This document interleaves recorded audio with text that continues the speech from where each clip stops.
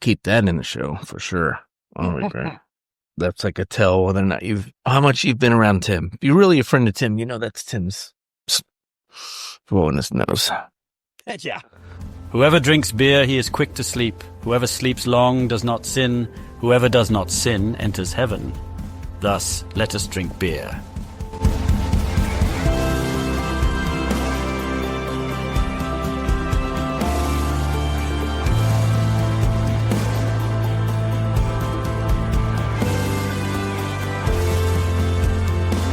.394 IPA or pale ale. 6% ABV. Yeah, it's not a bit. It's a San Diego Pale Ale, which apparently means it's a collaboration with Hall of Famer Tony Gwynn. That's cool. And that explains the Padres colors on it. Old school Padres. I love it. Yeah, it's awesome. What are we doing here? As a Dodger fan, I hate the Padres for like team elements kind of stuff. I think that they've put like all of the bad guys on their roster. Like they have chosen athletes to be on their team that are just they have this kind of like mantra that goes with them, and the city like owns it. It was the Giants like years ago. They used to have a team like that where it was like, yeah, we just have this mantra of it's like us versus everybody kind of thing, and we're good, so we can flaunt and taunt and that kind of stuff, and so. It makes them the heel of like other people, but that's what they want to be, which I don't blame teams for leaning into that. And San Diego definitely comes around their baseball team, and they've really picked it up since the Chargers left. They have like San Diego is a baseball city. Everybody watches the Padres games now. It used to be like, oh, the Padres game's on in San Diego, like it didn't have the same feel. Now you go to San Diego, it is baseball all the time, and it's awesome. Love it for them and their organization. I think it's great, but I see us in the bottom left corner over there, so it's definitely showing somewhere. There they are. So yeah, cool. It's a nice pale ale. It's nice and light, even though it's 6%. I got it. We went through this process before. I got this at Sprouts yesterday. Oh wow, maybe I need to go to Sprouts. Go take a look at the beer selection at Sprouts. And immediately grabbed this. This is one of my favorite beers of all time. They used to have it when Bevmo had a really good selection. You could get this regularly, and I would grab it all the time. It's delicious. I'm not a Padres fan, but I am a huge Tony Gwynn fan. Yeah, great guy. So, but in fact, I remember. I think the first time I got it, I took it to Kuya when Kuya was still like hopping, and everybody liked it. So I was very happy. I think I had this on tap when we stopped at Alesmith on our marathon, but I don't remember. Mm-hmm. Also, just before the show, as a aperitif, Tim had the Burning Sun Brewing Company Los Bomberos Mexican Lager. Straight from Clovis, our friends at the Burning Sun. And actually, this is a really good Mexican lager, which just is more readily available. It's only 4.5% alcohol, which is why I started off with it. Yeah, they make good beer there. He makes good ale lagers, and his red's really good too. Yeah, his red is super good. Military Appreciation Night. Oh, so good. All right. Well, I think we got a lot to talk about, so let's just dispense with the pleasantries. Well, no, that's not fair. Your season ended. Oh, yeah. So we talk about that a little bit. I mean, that's fine. I was like, there's not much to say. We lost. You lost. I was there. You guys had a good game. Parents appreciated the season they had. Looked like it was a good end of the season. Yeah, I mean, if there's anything to say, I was kind of in the dumps on Friday. If there's anything to say about it, like, again, I'm not sad that we lost. I'm like, it may seem that because I was like, oh yeah, we lost, blah, blah, blah. I'm not sad that we lost. We played a really good team. We played a really good game. There's nothing. I'm just sad that it's over. That's the sad part for me. It's not. I was like, the only reason why I was down in the dumps was, I'm only ever going to play with those seniors. This was my last time. And so I believe that my team will win championships someday. And I'm just sad that it's not with these guys. And I know that I'll have some someday with, down the line. But also, I mean, I'm close with these kids. And I think it's really great that I'm close with these kids, but I'm not good at goodbyes. And like, I wish, I wish things could just, these kids could stay young for forever. I could stay this young for forever, be trapped in these moments. I mean, it's kind of one of those things where it's like, you never think that it's going to end, but then it does. And they're going to go on to bigger and better things than high school water polo. But for a time, this was the most important thing in the world to us. And it eventually has to come to an end. So it's not, like I said, it's not about losing. It's like, we don't even have to win a championship. It's just about the fact that it's over. It's not about, oh no, we didn't win, or we could have gone farther or anything like that. Nope. It's just the season's over. It's done. Yeah. And that's just where I'm at. And it's kind of hard. Like I was kind of describing that to some people, and like some people that I was talking to, I think my athletes get it because I talked to them about what I was feeling. My seniors get it, but like somebody was talking and they're like, well, like, did you play bad or something? Like, like, because I was in the dumps on Friday.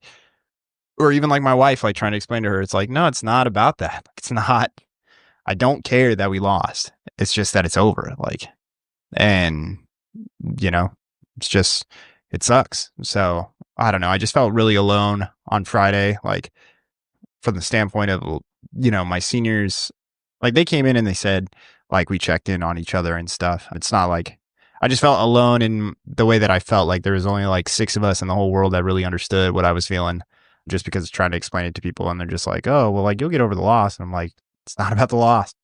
It's not what it's about. So, but I got over it. Still like sucky feeling, but I mean, again, people are going to be on to bigger and better things. So be good. I don't think all coaches feel that way, but I think the ones that do, I think are more impactful. And I think I was just listening to a guy named Matt Bissonette who was on SEAL Team 6 and was one of the guys who killed bin Laden. Yeah. And he talked about, he grew up, his parents were both missionaries. So he grew up in a Christian household, was nominally Christian his whole life. He went to Biola because that's where his parents went. And he talked about moments of crises being where he felt like he was closest to his faith, but he said his lowest point was when he came out of the military because he lost purpose and community and all that kind of thing. And I think that's kind of a minor, like a small scale version of that. When you're tied to a team that's really gelled together and put something together, there's a sense of purpose and a united purpose and something you're building to, and then camaraderie. And I think males in particular are wired for that kind of thing. So there's a little bit of loss when it ends. So yeah, I get it. I would feel that when seasons are over. I would often be angry though for 2 weeks because we played bad. So yeah, Novembers were usually rough in the household I lived in because I was in a foul mood. Well, that was also the hard part. Like, again, I don't feel like we played bad. Like, did we make mistakes? Yeah. No, you guys played really well. You played well against a really good team. So. But it's also hard. Like, again, in my sport, it's kind of interesting. And I mean, like, there's nothing to do about it when it's over. But in my sport, it's a lot of, well, I guess it's true in football too. But I mean, like, when you play bad, you play bad. But I was like, there's a lot of mistakes that take place that don't mean anything, in the grand scheme of things. Everybody's making mistakes because it's such a fluid game. I was like, there's mistakes on their side, mistakes on our side, and it's about limiting those number of mistakes to try to create something. So, but it was all good. We made beer on Saturday. We had a good time chilling out. Went way faster. It did. The day despite went long because we were, despite the fact that we were morons. We hadn't done it in a while. We were out of practice, but the machine was very quick. Yeah. So the next time I think we'll go swimmingly. But we got an IPA in the hopper, so we'll see what happens. Yep. All right. Well, we want to get to it. Yeah, that's fine. I think we are going to talk church stuff at the end, but we do have some fun things. We have buckle up, folks. It might be a long episode, but yeah, I don't know. I mean, I never anticipate some of these things to ever go as long as they do sometimes. So I was about to say, I don't anticipate this going long, but famous last words. So Tim did too much extra credit, so this might go too long. So we have so I was scrolling through TikTok, so we have our TikTok trends with Tim. No trivia tonight, unless you have trivia. I don't have trivia for you. I was figuring that this could kind of fill that spot. This is a guy on TikTok was saying that these are the unequivocal. He said the top 10 songs about a woman.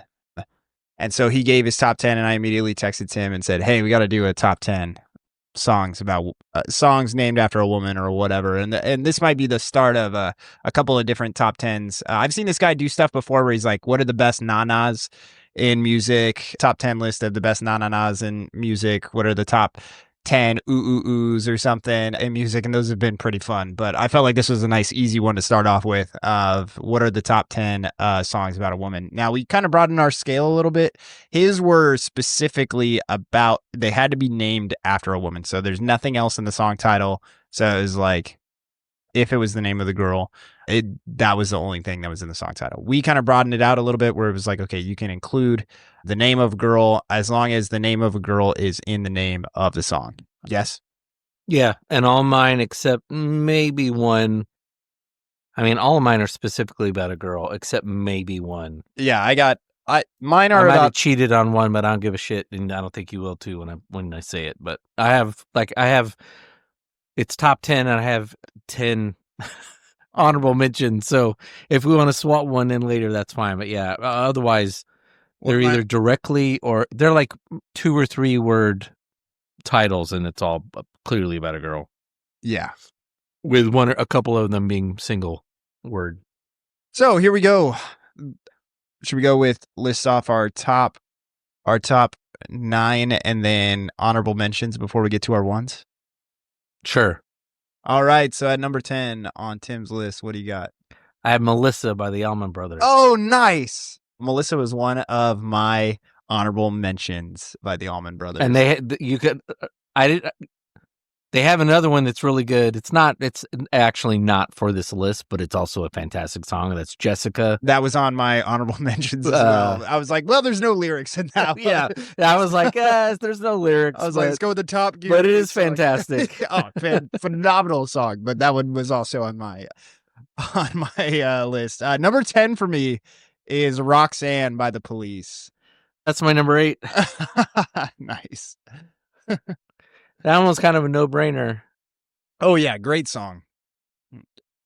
Also, that's a great song for when every year, and when I was in high school, like second or third week of this, might have been the first week, inside the first 3 weeks of the school year, we'd have it was all the freshmen and the sophomores and the juniors and seniors all competed in all these things. And one of the, it'd be like egg tosses and, it was all for school spirit kind of stuff. It'd be egg tosses and that kind of nonsense. But one of the things they did they would play musical chairs with Roxanne, which is just brutal. Awesome. That's amazing. Because, they had a penalty, like if you jumped too soon is like, oh no, that was actually, you stopped it. Roxanne. That's amazing. You're number 9. All right, my number 9 is My Cherie Amour by Stevie Wonder. Oh, wow. I did not even have that anywhere on my list. Nice. I felt pretty good about that one. Yeah, I love that good. song. Number 9 for me was Fancy by Reba. I love that song. I didn't. What'd you say? Didn't have that one. Oh, yeah. So big fan of Fancy by Reba. Again, prostitution seems to be on my list. There was a video a couple weeks ago where 2 African Americans known for being soul singers and vocalists had listened. They both were sitting next to voice coaches. They were sitting next to each other and were listening to Fancy for the first time. And they were just like blown away by Reba's vocals. But at the same time, you could see the wheels in the female's head as she's like listening to the lyrics. And she's like, did she just pimp out her daughter? She just pimped out her daughter. And yeah, so, but not the message of the song, by the way.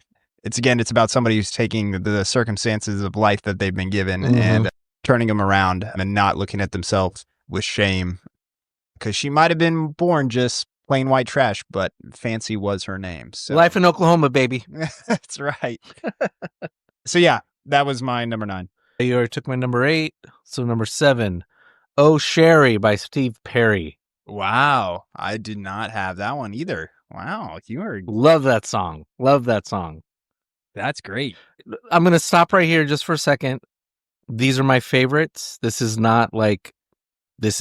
me trying to do the according to Billboard or all that kind of nonsense. So I will stipulate right off the bat. There is not a Beatles or Beach Boys song here, and the Beatles alone probably have 6 or 7 that anyone could have on their top list easily. For sure. And so are the Beach Boys, but I just don't have one on. So I'm quite aware. Yeah, me neither. Number 8 for me was Hey There, Delilah by the Plain White T's. Oh, wow. Yeah, see, mine's going to be much more old school than... Oh, for sure. Your number 1 is probably not going to be my number 1. But then if you've already done your 7, I'll say my 7, which is Polly by Nirvana. Oh, I thought about that one, but... I love Polly. I figured that one, you were going to do. That one's great. Is that like the 5th song on that album? And it kind of is it's kind of this nice spot in the Nevermind album where you've had this kind of, you've had Lithium, Smells Like Teen Spirit, and what else am I thinking of that's on that front half of the album? And then you have Polly in the middle where it kind of like slows things down for a bit, which is great. So, all right, you're number 6. Number 6, The Wind Cries Mary, Jimi Hendrix and the Experience. Wow. Yeah, again, you went way older than I did. That one I arguably could have higher on this list than I put it, but fantastic song. Number 6 for me, Jolene by Dolly Parton. Jolene is one of my honorable mentions. I flirted with having it on my list. It's certainly worthy. Also a very coverable song. Miley Cyrus does a great cover. Yeah. White Stripes do a really good cover. Kelly Clarkson does a really good cover. And then Beyonce, obviously, with her big last album, did a really good cover. It's not my favorite, but I know a lot of people liked it, and I can see why. Yeah. Number 5 for you. Number 5, Maggie May, Rod Stewart. Oh, nice. I thought about that one. Love that song. It's a great song. Number 5 for me was Eleanor Rigby. Eleanor Rigby. So, liar. By Ringo and his associates. Number 4, Sweet Caroline, Neil Diamond. Oh, nice. I didn't even think of that one. That's funny. That didn't even cross my mind. That's a good one. Catchy. Yeah. Yeah, are we on? Is it 4 now? Is that We're 4. Yeah, number 4 for me was Valerie, Amy Winehouse. Oh, yeah. Won't you come on over? A fantastic song. R.I.P. Amy Winehouse. My wife loves her. She's phenomenal. Just somebody who had a rough life. So, all right, number 3, Sweet Judy Blue Eyes, Crosby, Stills and Nash. Oh, nice. Again, not one I considered. These are things that didn't even cross my mind. See, I told you this was going to happen. And here I thought we were going to cross over a lot. Apparently not. It was great. We started off crossing over. We were like, we'll walk away with people having a good 20, 25 songs to build a playlist with. Yeah, exactly. Or we will. Number 3, Mary Jane's Last Dance. Damn it. That's on my honorable, but that one was one that I really thought about putting on. That one's so good. It's so good. Oh my gosh, I love that song. I love that. Woo! So great. Oh, that one's arguably not about a girl. Yeah, well, All right, well, my next one's a cheater anyway, too. Number 2, Mona Lisa's and Mad Hatters, Elton John. Oh, nice. Yeah. I didn't even consider that, but I can see why you would choose it. I was like, that one's kind of a cheater. Also, that one's actually got some surprisingly good covers. Mandy Moore does a really good cover of it, and Maren Morris does a fantastic cover of it. The Killers do a strange cover of it. It's interesting. But Mandy Moore's is basically just a poppy, but everything's the same. It's got the piano laid down. They just adds, it starts out with the piano and then kind of kicks in with some poppy beats and stuff to it. Maren Morris is very Maren Morris, but she's got the voice for it, so really good. All right, so my thought process is I think that my number 2 is your number 1. Oh. Unless yours is like a super deep cut that I'm not like going to get or something like that. No. I don't think that your number 1 is my number 1. I think I'm partial to my number 1. I think it's a phenomenal song. So, I mean, if you want to go over some of your honorable mentions, I don't think that if my number 2, so we'll do if two. my number 2 is not your number 1 and is an honorable mention, you're going to have to defend why that's an honorable mention, I think, over some of the other ones that you've had. I was like, if it would have already made your list, I would have been like, oh, okay, that's my number 2 or something like that. Okay, but, so we'll do honorable mentions. Yeah, honorable mentions, because I don't want to say your number 1. 867-5309/Jenny by Tommy Two Tone. Oh, nice. I didn't even know that. I totally forgot that that's like nice. I feel like it needs to be on here. It's not like, listen, whatever. We've been pretty adamant that we're not huge Michael Jackson fans on here. So, but Billie Jean, give it a shout out. Lots of good covers of Billie Jean out there. Also, it's actually a really good Michael Jackson song. Like, even if you don't really like the guy, you can still listen to it and you're like, yeah, it's catchy and it's got a nice pop to it, a good little bit of funk in there. It's good. So there's a reason why it's so coverable, because it's a good song. So, but just maybe Michael isn't your forte for it. Go find your music genre and then look up a Billie Jean cover, because somebody's got it and it'll have a good one from it. So, and I'm assuming that wasn't your number 1. No. Yeah. My Michelle, Guns N' Roses. Nice. I had Black Betty by Ram Jam. Didn't think about that one. Again, it's not necessarily greatest of all time songs. My truck is named Betty because she's black, and I named it after the Ram Jam song. So, but I do, that song's a lot of fun, a good listen to occasionally. Come on, Eileen, Dixie Midnight Riders. Yeah. Or No Doubt. Actually, I prefer No Doubt's version.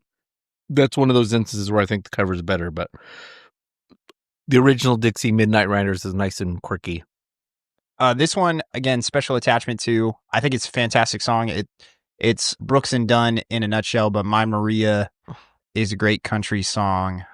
But extra special attachment to it, if you've seen the last season of of Shoresy, to help explain the plot points, Shoresy's trying to decide what he's going to do after he has retired from hockey.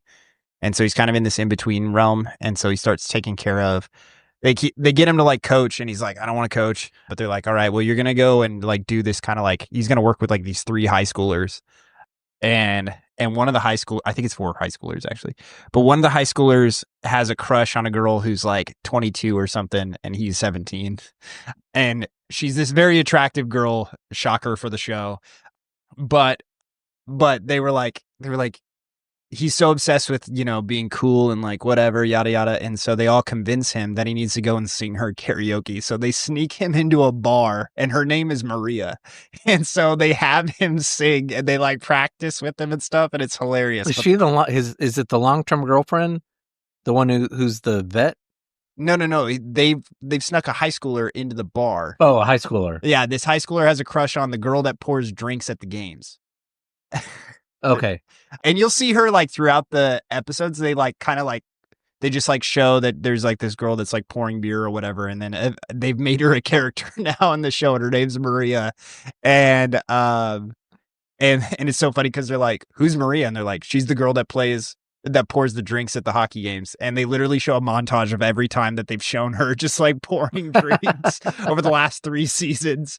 But so yeah, he goes and he has to sing My Maria on the karaoke in a bar that they've snuck him into, and saying that he's of age, and have him sing a song for her. And it's great. Again, I think that the last season of Shoresy, if you're not into the TV show, I really like Letterkenny or whatever, I highly recommend watching Shoresy, and especially the last season. I think that there's a lot about coaching and athletics that's in there that if you've been a part of coaching or athletics, that you will absolutely resonate with. And I think they know what they're doing in that show, and those guys have have been around, and there's a lot of the themes that we've talked about when it comes to coaching and stuff in there. And I think that's kind of a funny, really awesome moment that, again, that's kind of the same kind of relationship that I have with my water polo athletes where, they'll talk about a girl or something and be like, oh, we can make that happen or whatever. And they're like, what? No. So it's great. Any other honorable mentions? I have one more. I have 3 more. I have Beth by Kiss. Oh, okay. It's a good one. I love Beth. Beth, I hear you calling. Beth, I hear you calling. Yep. Great song. About the angry wife. Yep. Or girlfriend. But I can't come home right now. Me and the boys are playing. That's right. And then I have Edie, Chow Baby by The Cult. Nice. Which is a fantastic song. And The Cult are underrated. They are underrated. They're one of those bands. They had one good album. But if you pick up their, well, you don't buy CDs anymore, but like if you were able to pick up like their greatest hit CD, or if Apple or Spotify or somebody's put together like a really good greatest hits, it's an hour and a half guaranteed of just fantastic rock that kicks ass. Really good. And then my last one is Rosanna by Toto. Oh, there you go. Little Toto. Little yacht rock there. My last honorable mention, I don't know if it counts. I didn't know. I've known a girl with this name, and so therefore I've actually known a couple of people with this name. And so I was like, it's the name of a girl, but he's not really singing about the girl. Well, but he is singing about the girl, but not about the girl. Anyways, Vienna by Billy Joel. Wasn't sure if that counted or not, but I was like, yeah. I was like, we'll add it, we'll include it, and then go from there. All right, there is a glaring hole in the list. Well, just be clear, my Mona Lisa's and Manhattans was my number 2, so. I know. But I'm saying there's a glaring hole in the number 1 slot, I feel like. This one could have been my number 1. Well, did you give your number 2? No, I haven't given my number 2. But that's what I'm saying. Is it your number 1? I have Layla by Derek and the Dominoes. And Eric I did not even think of that. Wow. Dang. That's an own goal right there. I thought that you just had that as your, I thought that was saving it for your number 1. I don't care if you choose Clapton's version. I feel like you got to be in the mood for one or the other. Like there's Derek and the Dominoes definitely hits hard, but then Eric Clapton's acoustic cover is fantastic. So I'm partial to Derek and the Dominoes partially because it's at the end of Goodfellas. Yeah. And there's just no way of not falling in love with that, with the reprieve that then kicks in at the end where all of a sudden you're like, you're hitting this rock song and all of a sudden it turns into this piano solo and then instrumental for another 5 minutes. You're like, what is going on here? Damn. Wow.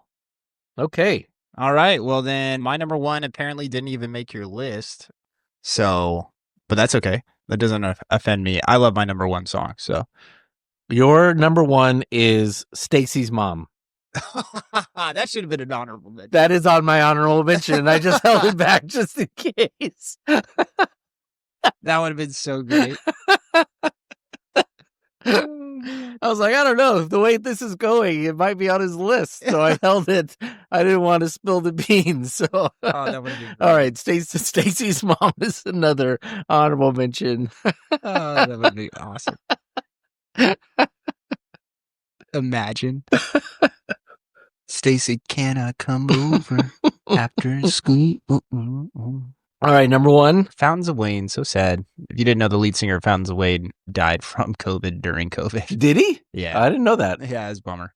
My number 1, I'll do my number 1. You can do your number 1. I had Iris by the Goo Goo Dolls. Oh, wow. Another one I didn't think of. That's up there as probably one of my favorite songs of all time.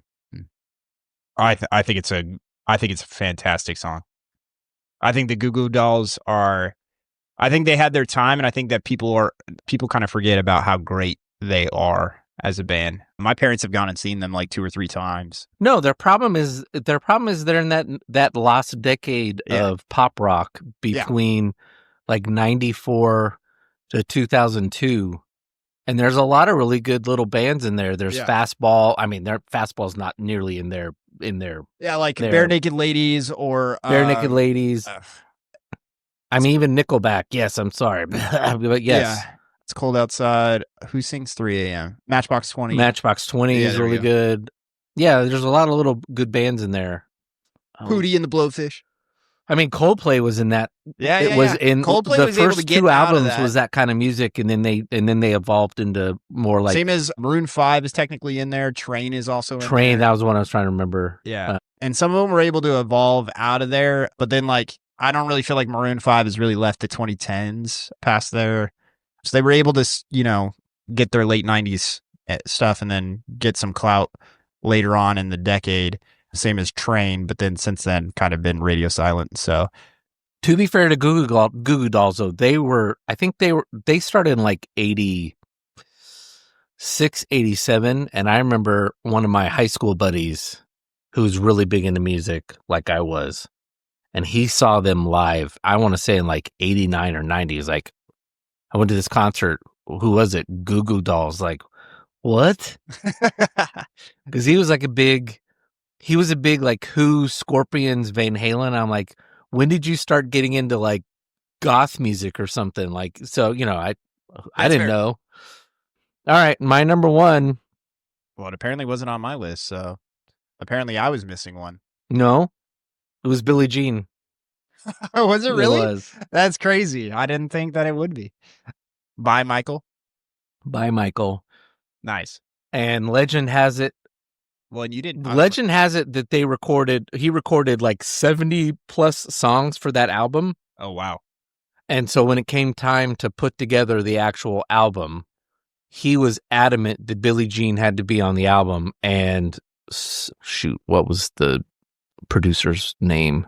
Producer was adamant that it was not going to go on, that he didn't think it was strong enough, which is crazy. Wow. I mean, it's crazy. It's crazy in that I'd like to hear the whole 76, 74 songs that were cut for that album. Yeah. That he didn't think it was going to be good enough. Oh, what's his name? His daughter's in The Office, and she's in Parks and Rec. I don't know any of those people. Anyway, yeah, so he had to fight for it. So I just heard that like 2 weeks ago. Yeah, well, and I guess I should have known with your radio silence over the Billie Jean thing, but I thought you were just you were being silent over the fact that I had brought up Michael. So you were like, okay, yeah, sure. I'm going to include Michael. I like Michael. Thriller's okay, but I like anything after Thriller I'm not a fan of. Sure. I mean, I don't dislike it, but it's just not my thing either. Did have another honorable mention, that was Ave Maria. I had that. It was My Maria by Brooks and Dunn. For you Catholics out there who listen to the podcast, we did have Ave Maria on there. That's right. Okay. That was fun. And I don't feel like that took that much time, honestly. And hopefully you were listening along, and maybe you're screaming at your podcast being like, you guys forgot this one or that one. Well, I'm sure we thought, I put together my list and then looked at like a couple lists of like 200 of these type songs, and I was like, no. I mean, they weren't terrible, but like I said, a lot of them, there was like, oh yeah, Beatles have like 5 of them I could put on here, but no. Nah, I put one Beatles song. No, you had a couple. I mean, I do feel bad that I didn't think about Layla. Yeah, you should feel bad about that one. All right. I need a beer. How about you? Me too.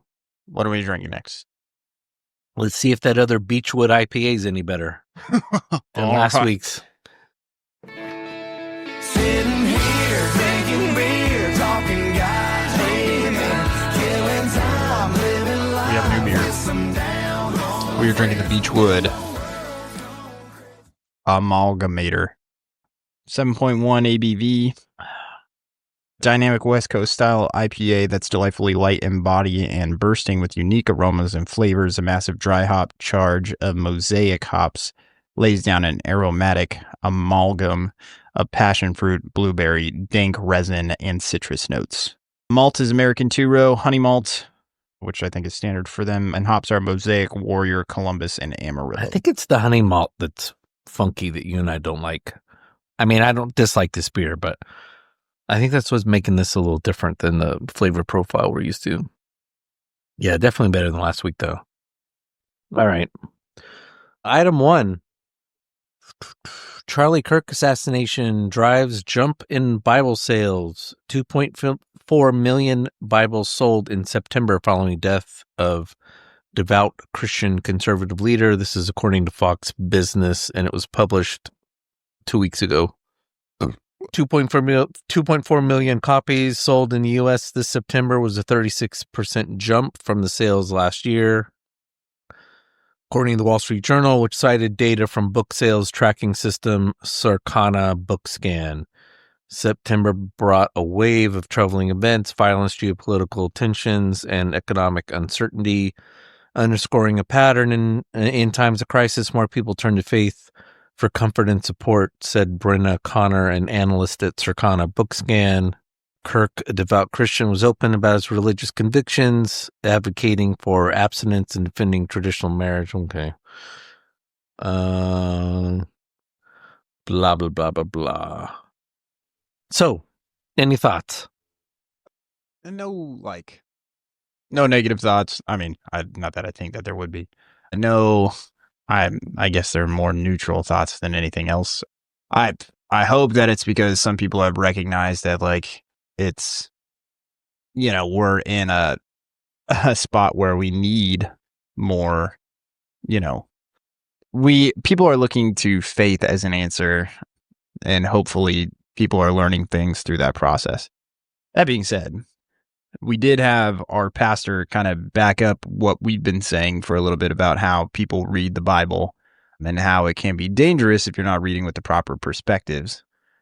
So that's what I have to say about the general aspect of purchasing Bibles and stuff. Now, as association with Charlie Kirk's death, and you said you watched the service or no? Did you watch the? No, the only thing I watched was Tucker Carlson's 5 minutes, and then that was about it. I mean, then I saw snippets of other things that kind of, or shall we say, weren't my cup of tea.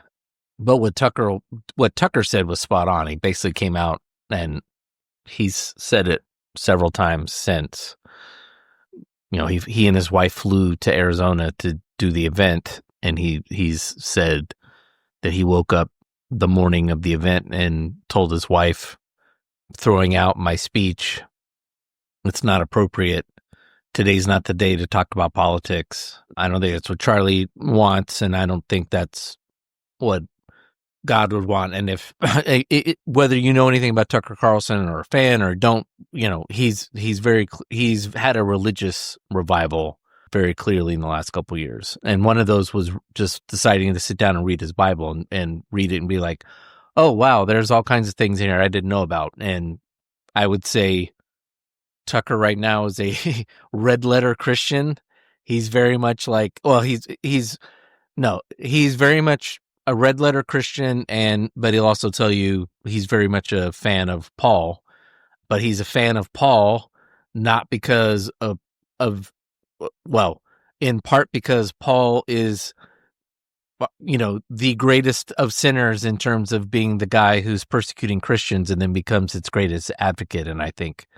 And Tucker cites that as the greatness of the gospel, that its biggest enemy then becomes its biggest advocate. And that through the gospel, that's what is possible. So anyway, he stood up and what he talked about was, we need to repent. This is a moment where we need to repent individually. Everyone needs to look inside themselves and ask why they're contributing to who they've sinned against, why the discourse is worse and all that, and repent and stop blaming other people. And as soon as everybody starts repenting for what they're doing, then actually things will get better. But as long as everyone's looking at everybody else and saying, you're doing this and you're doing that, nothing's going to get solved. So, I mean, it was fantastic. So that was about it. Yeah, I didn't see anything. And I remember reading some articles that talked about how this is the start of, or people are recognizing the momentum that there is a revival, I think, that's starting in the United States. Some people are afraid of that revival, which breaks my heart that that, yes, I do think that, and I mean, if you've looked at history, and we've talked about it on the show before, that Christianity can be used for lots of harmful things as well. Like religion can be used for harmful things because people can weaponize religion. And I hope that that's, and I mean, like, and we've seen some of those people currently in power weaponize religion when we talk about, you know, how we should feel about what's going on in, you know, the Middle East. But then I also see that I was like, I see how I see it from, I think that if I didn't have this religion, I feel like my response to Israel would be, yeah, Israel should freaking kill them all. Like, you know, it's the second largest terrorist attack of all time. Like, Right. I was like, they still have hostages. Like, I think that in my brain, I would sit there and say this is justifiable. Absolutely. But it's because of the grace that I know that I'm able to sit there and say that this isn't okay, that we have to find a different solution. And so therefore, I think that good can definitely come from it. But and I hope that for anybody hoping and praying for a revival in the United States, that you're hoping for one that's about restoration and not one about political agendas through religion. Yeah, 100%. So, and I hope that that's the kind of revival that we have. One of peace, mercy, grace, where we reprioritize what's really important. And no, I'm not saying the family or the nuclear family, as, you know, some might say, kind of stuff. I'm hoping that our revival is one where it's about everybody in the world is a part of our family. And how do we restore and take care of the people of this planet and of this earth? Because again, every single person on this planet is unconditionally loved by Jesus Christ. He died on the cross for every single person. And so how do we continue to sit there and recognize that everybody has that worth? And that's where I want people to start and then go from there. Because I was like, if we all start looking at each other like that, things are going to change. But currently we believe that there are people that have less worth than us, more worth than us, and that's got to change. We are all equally loved.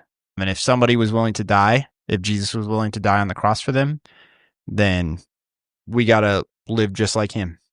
So I don't know. That's my hopes for, I'm afraid of the other, but I got to hope and pray for something better.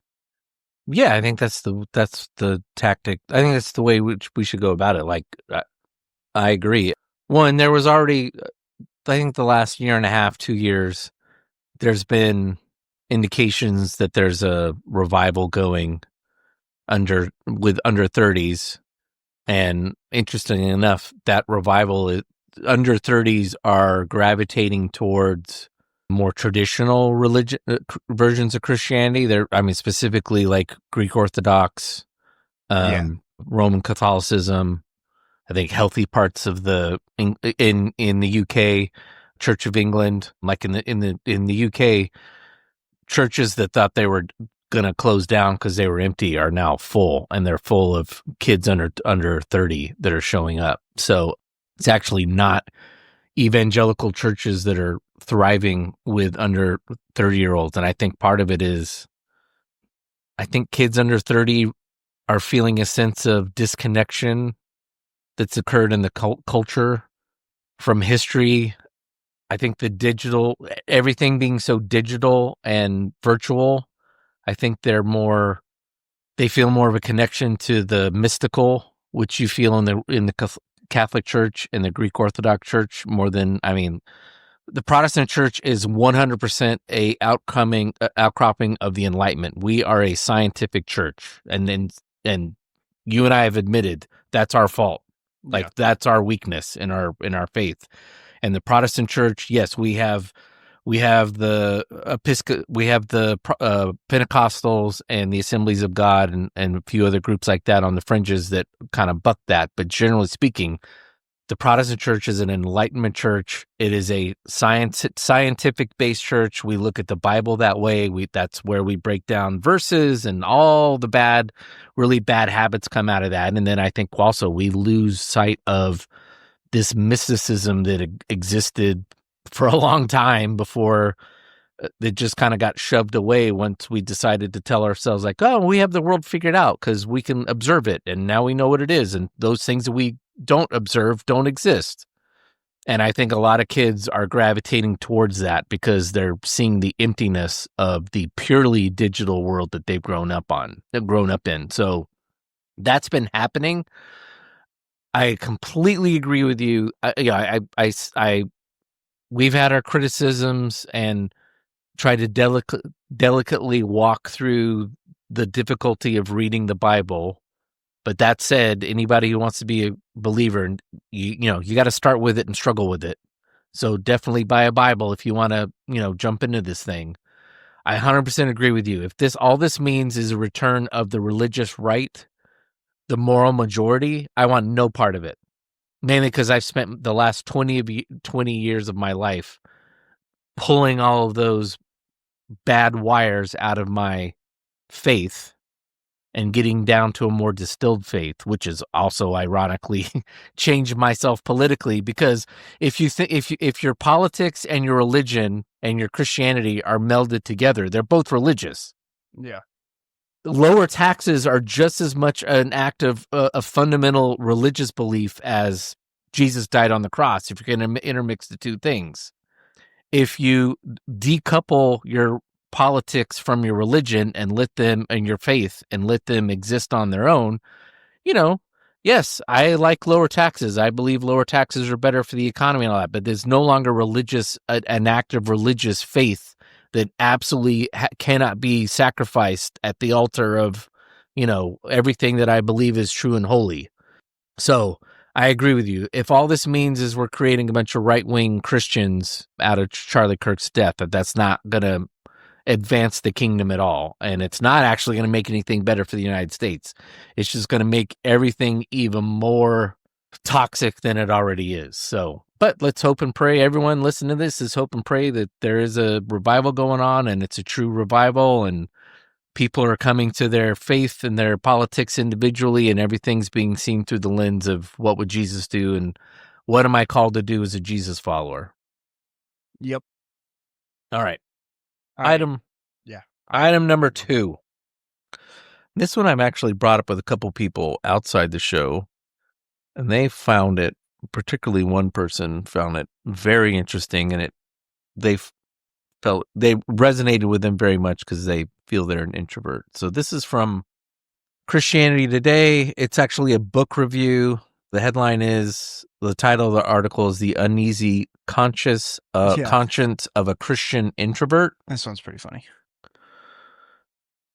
Read parts of it. Somewhere in their lower circle of introvert hell, about halfway between Office Birthday Party Boulevard and Shutter, the professional networking district, you'll find a former church of mine. Don't mistake me. I loved this church, though I only spent a few months there. I revitalized my understanding of the Bible's blueprint for local congregations. Yet a palpable dread enveloped me each Sunday as the benediction crept closer. In most churches, as the sanctuary thins out after service, introverts have options. Rather than lingering to socialize, we can merge with... Now I can't read the articles. They don't want me to pay for it. That sucks. I had a free version of this. Maybe I accessed it too many times. Anyway, basically the article's talking about a book.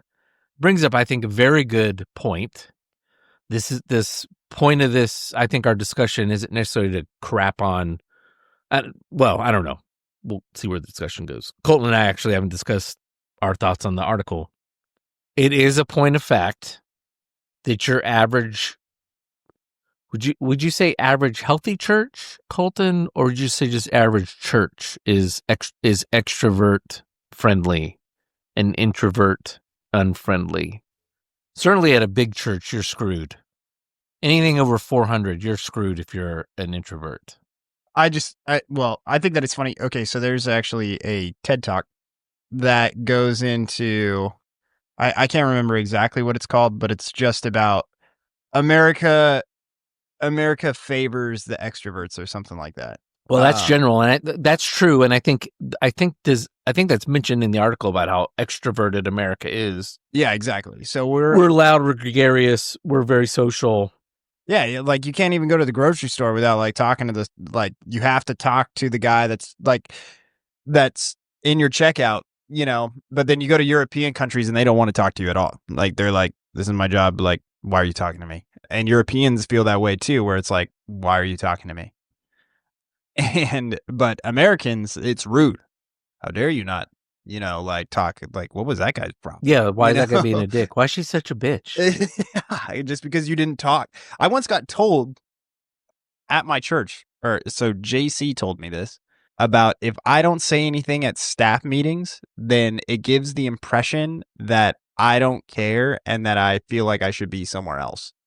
Danica got one of those at one of her previous jobs, like one of her recent previous jobs. She came home and she was like crying because women take criticism differently. Like I was like, why the hell did you care? What was my boss? And he said, I was like, fuck him. Like, who cares? But also, yeah, sorry, JC, what dickhead says that? I mean, like, sorry, I don't have anything to contribute. I don't have anything to contribute, and you guys are all like gaggling. And that's why these meetings go on for 2 hours. Yeah, exactly. I was like, you guys are talking about like nothing. Like, yeah, okay, all right, yes, those are the thoughts that are going through my brain as we're sitting there like chatting like this at a freaking staff meeting where I'm like, can we just get to like business? Like, can we talk about what it is that I need to do? What we all need? Like, that's what a staff meeting should be. I will say you were very economical in your comments. I'm very economical. You were very economical in your comments. You were very good at, if I have nothing to say, I'm just not going to say anything. Where some people, there's three kinds of people. There's people who have nothing to say and they say it anyway. There's people who always think they have something to say and they're very free to say it. And then there's people like you who are like, if I have nothing to say, then I'm just not going to say anything. And I'm talking like every setting.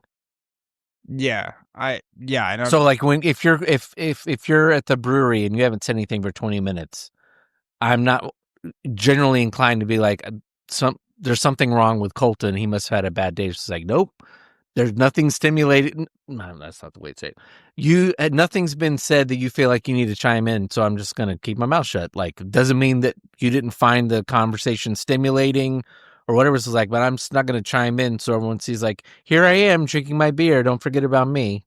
Yeah, no, I don't have, if I don't have anything to say. Whereas I have to generally do the other way. Well, and especially in a work setting, because then I'm not really trying to make jokes. So that is hard. That's usually me at Costco. Yeah. I'm usually just trying to tell jokes. Like the lady who got in my way and said, you're all good. No, I got in her way and she said, you're good. And I looked at her and said, you don't know me. How do you know I'm a good person? That's a gross generalization. And she kind of looked at me like, oh my God. And then I smiled and she's like, oh, then she laughed. Yeah. Or when I go and hand my receipt to the person at Costco and there's no child, they just run the line through it. About every third time I go like, what? No happy face? I don't get a happy face. And they gave me a look like, and I'll say like, that's ageist. And then I'll walk out. And then if Danica's with me, it's left for her to go like, he's just kidding. But I'll act like I'm storming off. Yeah, that's awesome. How dare you? Yeah, I make jokes. Sometimes to my detriment, sometimes at very inappropriate times. This is true. I tell you about the time that I'm pretty sure I've told you about the time that JC was like getting death threats and I made a joke. Getting death threats? Yeah, there's like a homeless guy at oh yeah, I know that guy. Okay, yeah. Yeah, like, and this damn, guy and we had to get we had to get a restraining order against the guy or whatever, but I can't even remember the joke I made. And he got super serious and he's like, dude, this is serious. I'm legitimately concerned for my wife, my family, and I'm getting death threats. And I was like, I was like, I'm sorry. I make jokes when I'm uncomfortable. And we were good, but I did feel bad. I was like, oh yeah, you are right. Although, you're getting death. I mean, you're probably like the 10th person that this guy's made death threats to this week. So gets whacked out on drugs and just threatens people. Okay, so you got shamed in a staff meeting. It was after a staff meeting. No, but I'm okay, Yeah, but still, you got shamed around a staff meeting. in a church staff meeting, which does relate to our topic that we're discussing. Yeah, because I think, unfortunately, I really wish I could read the article, because the article does a very good job. Well, I think our discussion will encapsulate what the person writes. So yes, let's stipulate that modern American church, particularly the bigger you are, is an introvert's hell. Again, it doesn't even have to be a big church. It can be a small church, because you sit down. A lot of churches, well, I remember having this discussion. Okay, well, churches encourage, they encourage you. There's a lot of churches encourage moments for people to say hi to one another. Yeah, exactly. Right. Just before the service, in a transition time, go out, shake hands with the person next to you. They openly have greeters. I mean, they have volunteers that are 100% staffed to be greeters. And if you're not an introvert, maybe you're not an extrovert. And again, yes, I will stipulate let's just take a moment here. The introvert extrovert thing, I think, is a very generalization, and most of us aren't 100% one way or another. I have two extremes, which my wife will verify. I can be very extroverted, need human conversation, and then I have a totally extreme side where I just need everyone to shut the hell up and leave me alone. Which is, I'm told, a lot of traits with introverts actually is like you can get your moments in of extrovert, and then all of a sudden, no, I need to be left alone. I don't know what I am. Mm-hmm. So anyway, you haven't taken your Myers-Briggs in a long time. I'm not. Churches are not introvert friendly. So Sundays are geared towards people being outwardly friendly. When you're getting barraged by people coming in, you're supposed to put a nice big smile on your face, even if things don't even have to be bad at home. You're just like, yeah, leave me alone. I'm trying to sneak in and sneak out without being berated by strangers. And the way this article did start out, where I read it, was like, I've already been 5 days at work and had to deal with the water cooler and 5 fucking birthday parties and all the other bullshit and then my kids' 2 soccer games where I had to interact with parents that I don't like, let alone interact with. And now I got to come to church on top of it. Like, I was hoping Sunday would be my one day off from people. Right. I remember, so one of the changes we did make, we had our pastor of 25 years step down, and we were looking to kind of shake up Sunday services to be a little more, quote unquote, modern. And one of the things that the outside consultants, our friend Gilbert and Tim, said was get rid of meet and greet during the service. Because a lot of churches, including ours at that time, had the thing where we're transitioning, where we're going from a music time to the sermon, or about ready to start passing the plate around. Yep. And so we need the time for the ushers to get ready to pass the plate around. So we need like 30 seconds for everyone to like stand up and meet and greet everybody. And that was a moment where, and our old time leadership was adamant. No, we are not getting rid of this. This is where everyone gets to say hi to one another.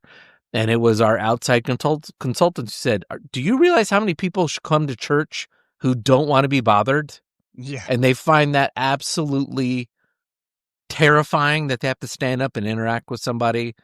A stranger is even worse. And so, no, just do away with it. If they want to meet people, they'll meet people. Yeah. I was like, if you went to CFBC and you're listening to this, you know that I used to sit, I'm actually extroverted, but I would sit upstairs. Because it's just you would sweat it out in the balcony. Yeah, I just sweat like, I don't really want to be like. There's a lot of, things that I just didn't want to be bothered by. And then on the other side, once you're in a church and you're established, now they're telling you you need to get involved Everything, Yep. most of the things you're getting involved with involve being an extrovert. You're having to interact with people. Yep. And you have to do it with a big smile on your face because no one wants to go to church and find out people are actually unhappy or having a shitty life. Yep. Go join children's ministry. So what's the balance? Go become a greeter. Go. Well, I mean, okay, so now where this comes from is from. This all comes down from. This corporate- is not me pushing home church, by the way. Just I'm nipping that in the bud. So you're like, we've gotten too many complaints about that. They need to stop talking. About Well, I think it's not complaints. It's now like it's like it's time to start the home church. So I don't know what you're talking about. That's what this is. This is the Go to Hell podcast home church. We got 95 people. Andy's not here. Ben's not here. Trish isn't here. Yeah, there's no Gianna's commitment not to here. there's no commitment to cook a meal. Everybody's got. This is church for the introvert right here. This is true. We literally have created it, and we probably actually have more. We have more Trinitarianism credentials than most pastors preaching throughout the United States. So True. so there you go. So my thoughts are when it comes to that is again also the idea is that again this is what we want in the United States, but it comes from this like corporate level where again you're creating the experience, right? This is somebody heads down was like make people feel belonged, like they belong, make them feel a part of the community. And so how do you make people feel a part of the community and feel like they belong? Well, you go and you talk to them, you make them feel known Like right to away. buy the world of Coke. You get their names. And yeah, this is how youth. Oh, youth Youth is even groups. worse. Yeah, We can get to youth in a minute. Do anything to bring friends. Ooh, I hadn't thought about that. Youth is worse. I mean, that's a nightmare if you're an introvert. Good Lord. Yeah, exactly. And so there's all these elements that go on where, yeah, there's this idea where you have to do this, do that. But I mean, it exists in corporate America, right? Like, or I was like, there's several successful stores out there that have made a name for themselves because what was the thing that they focused on? Customer service. They go in and they talk to you but like, how many of you are just like, you walk into a store and you're just like, I'm just trying to buy a pair of pants. I don't need to be fucking talked to. I don't need to be upsold. I know what I'm just trying to get. I don't need you to come talk to me. And that doesn't make you introverted. It just makes, I think that we have That's me at Lowe's all the time. Yeah, exactly. You're Ron Swanson. I know more than you. Like, just get out of my face. And it doesn't make you an introvert. It just means that you're somebody that I think that we have extrovert overload in the United States, that we've put so much value on it that we are expected at all times to be on, to be fake, to be whatever. And it doesn't mean that your happiness is ingenuine, but there are times where you don't have that shit going on, where it's like, for a prime example, one of my students her mother is our AP secretary, and her dad just died. And so my AP secretary's dad just died. So my student's grandpa has just died. And this student wasn't at school on Monday, but I had heard from her friend that she wasn't there because her grandpa died. And so as I was leaving work, I was like, I'm going to go see this staff member. And I don't know why, I just felt like the need to go. Like, I was like, you know what, I'm going to go say something, go check in on her. She works there, and her sister also works for her school as well, and she's the head librarian. The head librarian wasn't there at the time, so I went to the front office, and I went and I saw her, and I was just like, hey. She's like, hi. And I was like, how you doing? And she's like, I'm okay. And I was like, I heard you had a rough weekend. And she was like, I did. And she seemed kind of taken aback that I knew about it because nobody had said anything. Like, our principal secretary had lost her mom like a year ago, and everybody knew about it. As far as I know, nobody knows that our AP secretary's dad has died. I don't feel like anybody knows. And And that's because she feels like she needs to put on this face of everything's fine and I don't, whatever. Yeah, because no one wants to work with Eeyore. Yeah, I mean, that's and so how I went in she's there- being taught, like, oh, no one likes an Eeyore. Yeah, and I went in there and I was like... But she doesn't want to sit at home and not work because then she's just stewing in her own. Yeah, you're miserable. So you're just like, I want to work, but also be left alone. So yeah, well, and I went and I saw her and I was like, and she was like, honestly, I can't even talk about it. I don't even want to think about it. Like because if I do, then I'm gonna fall apart and I'm gonna be a mess. And I was like, yeah, well, I just want to come in here and tell you that I'm praying for you guys. And she turned away from me and she said, Coach, I love you, but I need you to go. And I was like, I completely understand.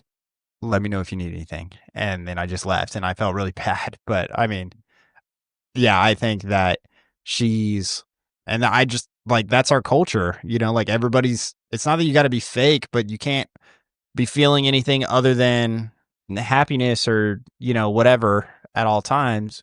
And just because people are happy around you doesn't mean that they're fake, because like people ascribe to that too, where they're just like, oh, everybody's so fake. I think you're selling it up though. It's not even just happy. It's just being social, and anything short, like you said it 10 minutes ago, anything less than social then means someone's a bitch or a dick. Yeah. And I think church really breeds that judgment. Yeah. And I think it scares people away. Because again, at all levels, it's kind of breeding that, like, you've got to be on it and performing, and if you don't, then you have a hard time integrating into church. But even in small groups, you're kind of obligated to be like, if you're not sharing, then you're not really a Christian, because you're not sharing with these people that, let's be honest, most of us join a small group. If you're lucky, you've just met them. Or maybe you've been around them for 6 months, but now all of a sudden, 6 months. We're 6 months and we've met once a week for 6 months, and now I'm supposed to just expose myself. And on the one hand, kind of being a Christian, dropping your pants in front of other people kind of helps, but also it's hard. I would say the other problem with the extrovertedness of church is it lends itself to fakeness. Yeah. And I think that's what turns off a lot of introverts. And the college group that I visited, I tried to get involved in 3 college groups when I was in college at UCLA, and all 3 of them turned me off because they were all very much extrovert driven. Every single one of them had either 1 or 2 Ken and Barbies or a pair of Ken and Barbies. So two Kens and 2 Barbies. And I swear to God, every single one of them, because I didn't come, yes, I'm very talkative on here. If you know me, if you're listening to this and you know me, I can be very chatty and blah, blah, blah, blah, blah. When I'm in a new setting, I tend to be more of a wallflower. Sure. And part of it's because I'm trying to figure out the dynamic of the room, what the type of sense of humor there is. Like, I'm not just going to come in and just be this whirling dervishes, be like, hey, I'm Tim and I'm new to the group and blah, blah, blah, blah, blah. So I can be very, very quiet and sort of, like I said, a wallflower. So I would come into these college groups and I would have either a pair of Ken and Barbies or a Ken and Barbie come up and introduce themselves, and I would introduce myself. And because I wasn't all, hey, blah, blah, blah, blah, blah, and we go to the same school, or say 5 things so they could remember my name, every single one of them ended up being, and it wasn't just the Ken and Barbie, it was the whole group. It was just after 6 weeks, no one who know who I was. And you're just like, that's so funny. What do I got to do to, like, do I have to come in and, like, tell a joke, drop my pants? It's technically, by the way, that's technically how Audrey and I met, actually, because Brandon was all about making sure that we had student leaders, and so I was the greeter for the youth group one night. Asshole. And so I greeted everybody that came in. I was like, "Hey, glad you're here." Blah blah blah. Hey, hot stuff. Who are you? Nope. Just said, "Hey." You said, "Hi, what's your name?" Nope, didn't do that either. I have no recollection of meeting her. And I was like, "Oh, really?" It's actually what you're talking about, where it's like, "Oh, hell, hi." Yeah, I said hi to everybody. Hey, Blondie. that night. Sorry, nobody And then was she showed up the next week. You're like, hey, nobody was special. And honestly, no, actually, I mean, for anybody that's like that doesn't know how Audrey and I met, I actually had I didn't have anything to do with that whole thing. Alex Evangelista, if you guys know who Alex Evangelista is, he let me know that there was a girl, a part of the band at church that had a crush on me. And so then we started talking. she was in the band? Yeah, she sang, she was a part, the only reason why she came over was because Alex worked at Fusion and he was like, hey, we're doing like the youth band. And so he's like, you sing. I did not know this. And so you should come over and sing a part of the band. And so that's what Was she did. at TCC before? Or? Yeah. Okay. No, not TCC. Oh, She was at Trinity? no, she was at Trinity in Visalia. Yeah, and that's where she continued to go. But on Wednesday night, she would come over and she would sing as part of the youth band. Okay. So, and that's how I got to know her from there. But yeah, I did. Well, what bothered me wasn't that I didn't get integrated. It was that I'm just saying it's funny that you talk about they don't even remember me or whatever. Every single week, it was as if I was. This was the first week I'd ever shown up, and I'd be like, I was here last week. I was here 2 weeks ago. I've been here 3 weeks in a row. Oh, it's great to have you. And just after and this is the flip side of that. That shouldn't have been my reaction. I mean, you can be mad about it, but that's not the reason not to then stop going. Because that's the flip side to being an introvert. You have to realize you're in an introverted world and kind of like you.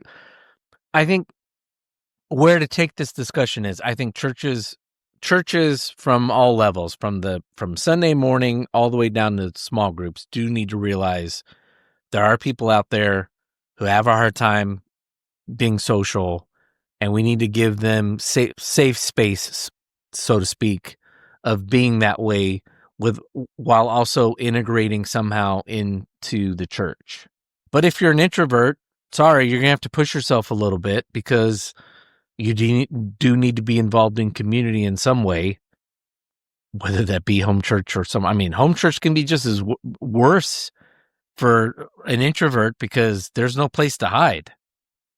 I mean, if it's done correctly, you can hide because everyone knows, like, Colton's quiet, so Colton doesn't say anything, so it's fine. Colton doesn't have to say anything.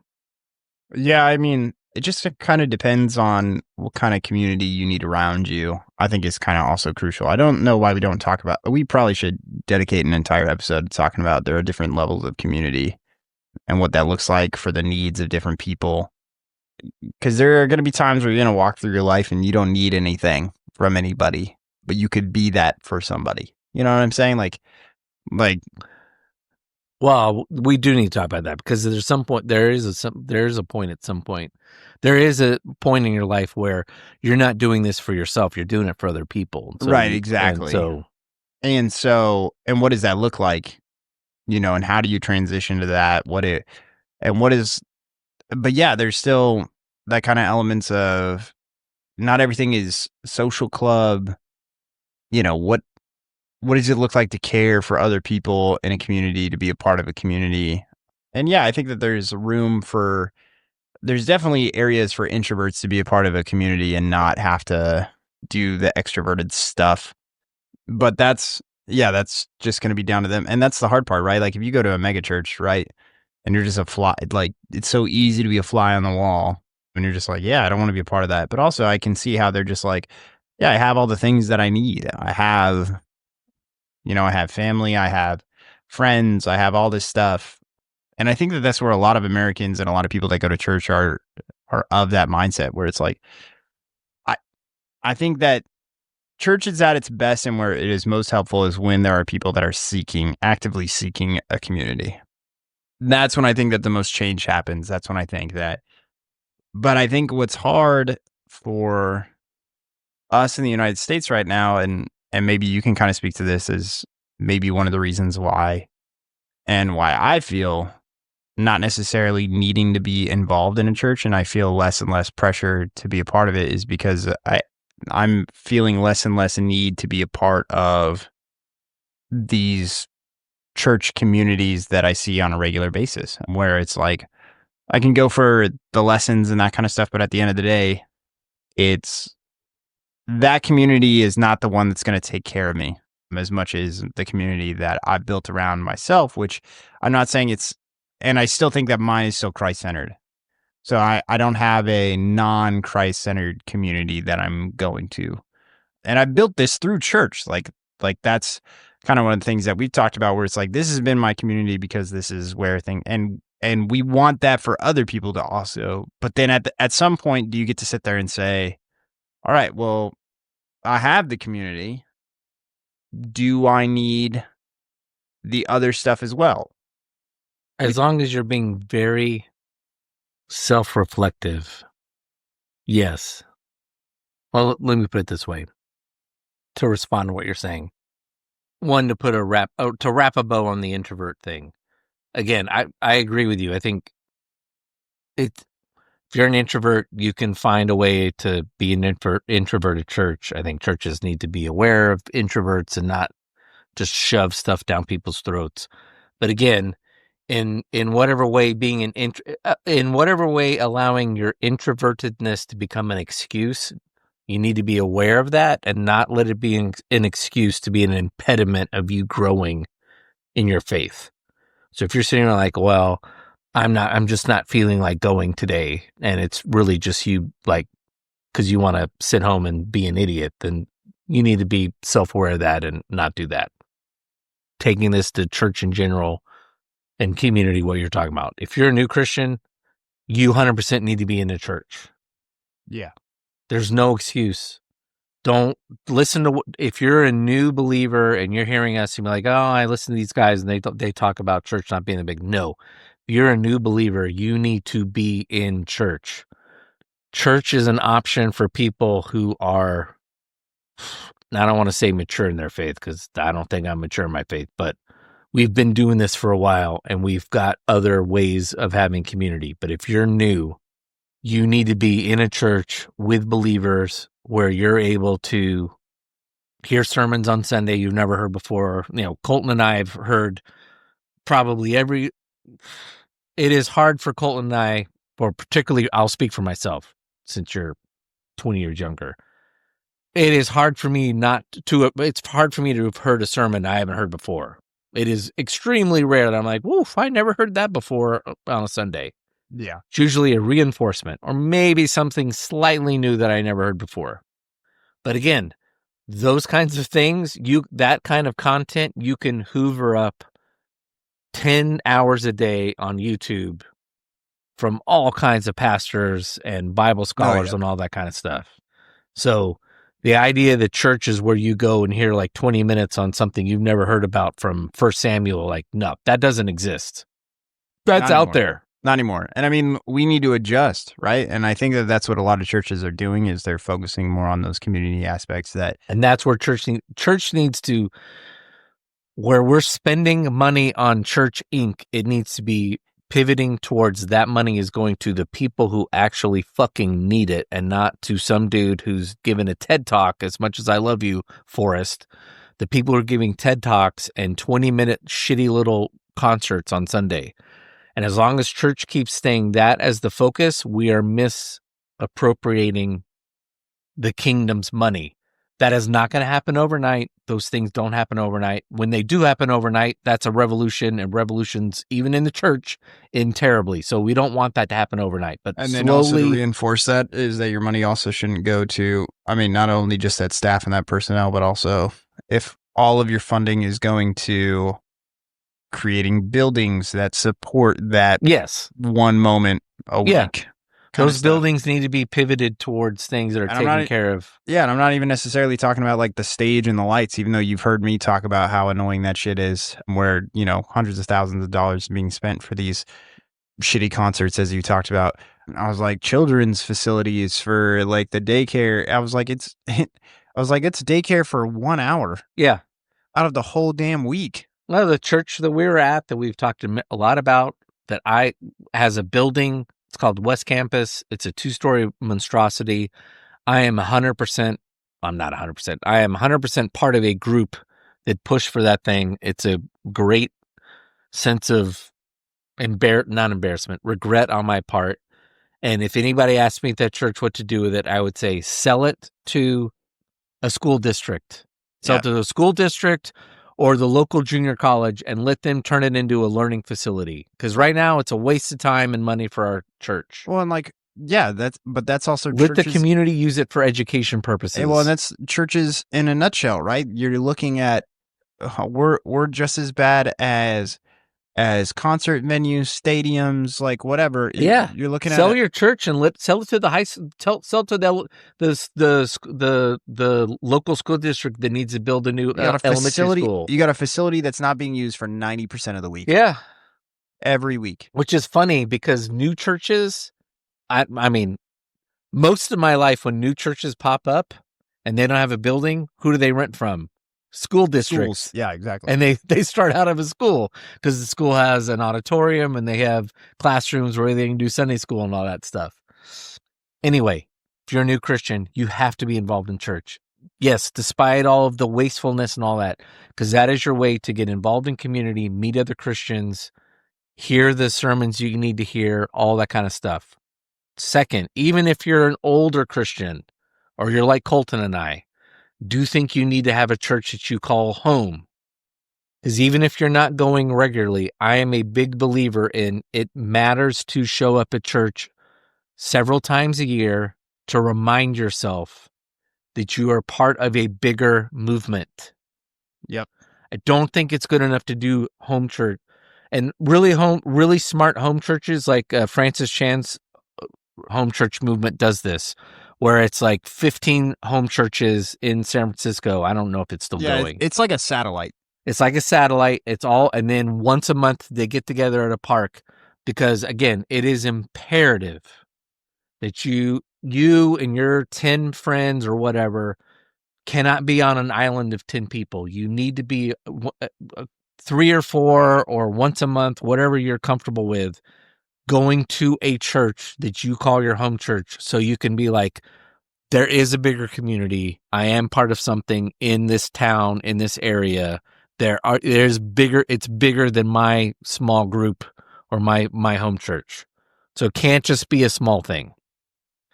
And then from there, whatever you're comfortable with. But again, if you're an introvert, do your best to navigate. What would be interesting is if you're a church, if you're head of small groups and you decided to start a small group for introverts, but then nothing would be discussed, I suppose, and it'd just be everyone just it's no small group everyone discussion. really happy. Just be like, so what's going on? Not much. No, it's pretty easy. I mean, you just send out an email or a text thread where you say, all right, leave your thoughts on what happened. I was like, people can do it through writing. No problem.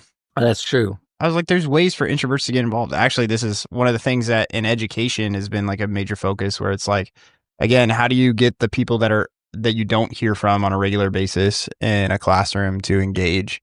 So how do you get full class engagement? It's like, because again, if I just sit there and say, raise your hand, then I'm only going to get extroverts that are going to raise their hand and give their answers. Yeah. Kids that feel smart in that class to give their answers. So what do? You have now the ability to have interactive slideshows where every kid has to log into the slideshow. And then as questions come up on the slideshow, everybody has to type out their answers. And so therefore I get feedback from all 32 of my students at the same time. And then I still have those extroverts where I allow them to speak out, but also that kid that's invisible in the corner, I also still get his answer and I'm able to respond to him and talk to him about what his answers were as well. And so, yeah, it's like you can now be an introvert and still be engaged in the material with how things work. So I want to clarify one thing because I started out by I think I implied that the bigger the church, the more extroverted it is, and I want to actually inverse that.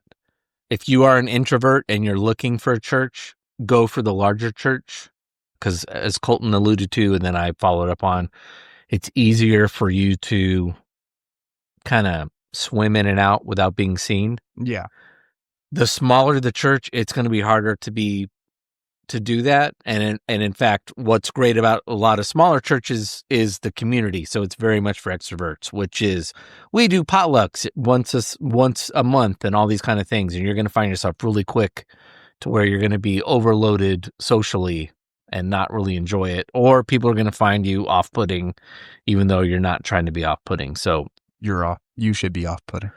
One final thing on the extrovertedness, also, which I don't know if the article talked about, there's sort of a guiltiness to being an introvert in terms of sharing your gospel. Yeah. And I think that's another thing where it's not fair, where extroverts are seen as, well, they're being more faithful because they're sharing their gospel, which that's not a thing.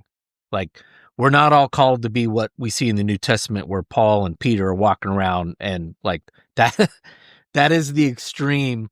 If you want to go become a street preacher and be a street preacher, that's fine. But that doesn't mean we're all called to be walking around with our faith on our sleeve and at every turn are being like, well, yes, I had a wonderful.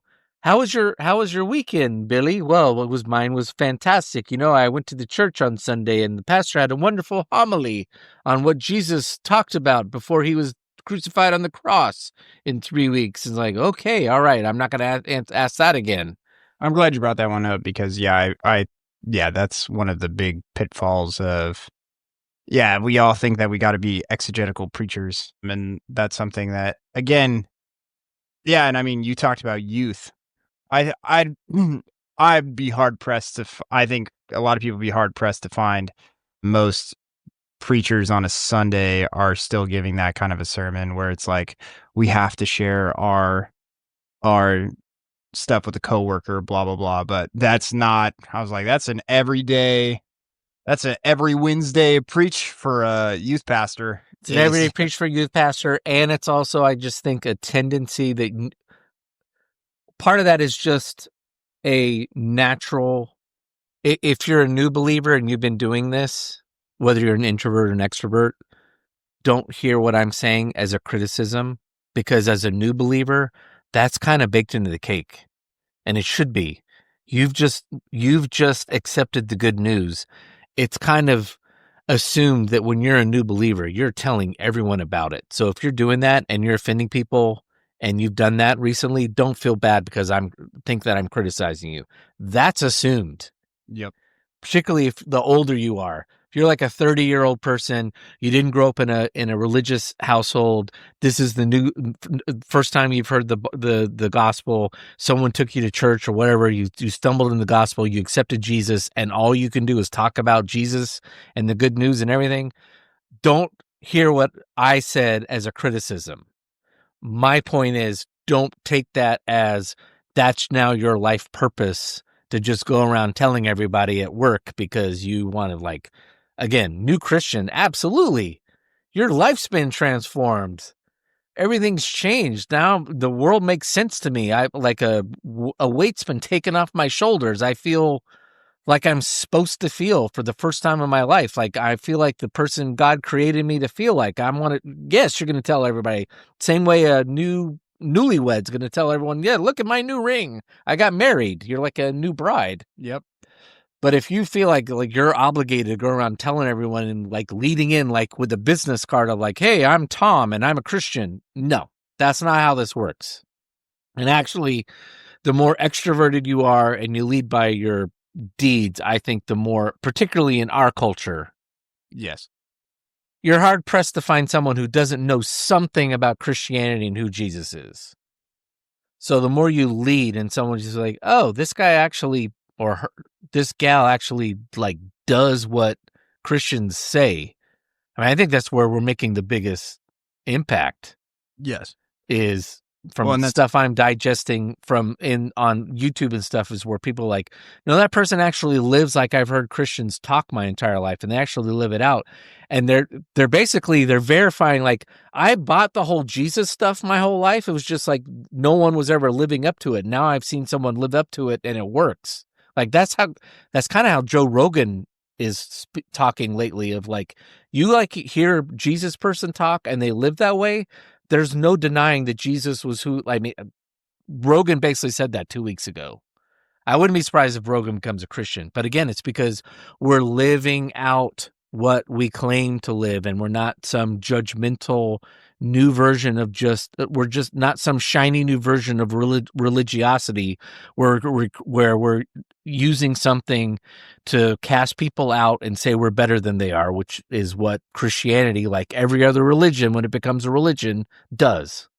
Well, and I think, again, to kind of go back to what we talked about with the new revival, is that I think that we're really afraid that it's just going to go back to this whole, where we become Pharisees of this us and them, Yeah.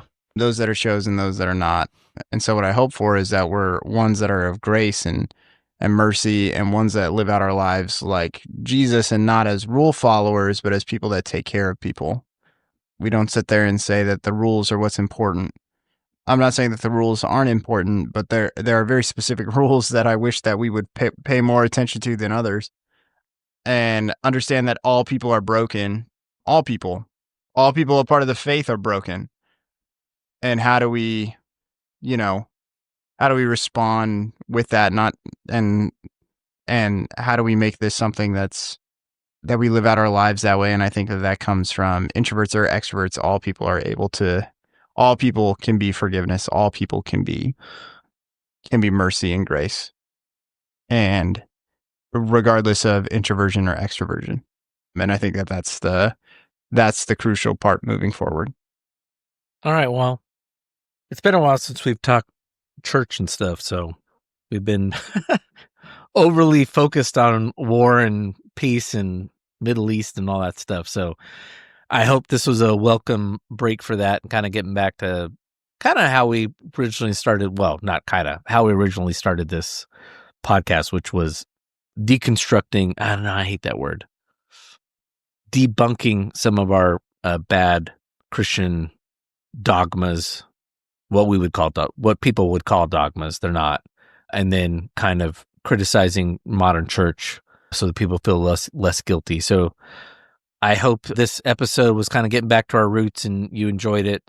Yeah, if you're out there struggling, if you don't have community with fellow believers, definitely do seek it out. And that can be anything from, it could be just breakfast every week with somebody who's a fellow believer, and that's what you're talking about. And it doesn't have to be all that. It could be, beer talk or school talk or whatever if you're a student in school. But you definitely, Christianity does not work it does work. It's hard to work if you're an island, much like just being a person, being isolated. It's hard for your faith to work. You do need people to challenge you, ask questions, hear their triumphs, and feel good that their triumphs out there. Also hear their heartbreaks and downfalls, so you don't feel so good about yourself, you feel empathy for them and you're not so self-absorbed and all those kind of being involved with other people just keeps us grounded as believers. I think that's the biggest thing. So definitely try to seek that out if you don't have it. It's fundamental, whether it be at a church or small group or some other thing that we don't talk about. So we hope you enjoyed this episode of the Go to Hell podcast. And yeah, subscribe, rate, and review, whatever. We don't care. Tell other people about it, though, definitely. And if you didn't put Layla on your list, Tim can go to hell. That's fair. How? That wasn't even on. I think I looked at top 150 songs. Wild. That's wild. Of I specifically look give me songs of female names in them, and I do not remember either list having Layla in there. Wow. Because I probably would have been like, oh yeah, that's a under, but I should have remembered anyway. Like I said, I've watched Goodfellas a good 40 times. I hear it's a hard song. It's hard. You can't go a month without hearing it playing at Target or somewhere, and then or somewhere. And so ultimately, it's on me. Tim goes to hell this week.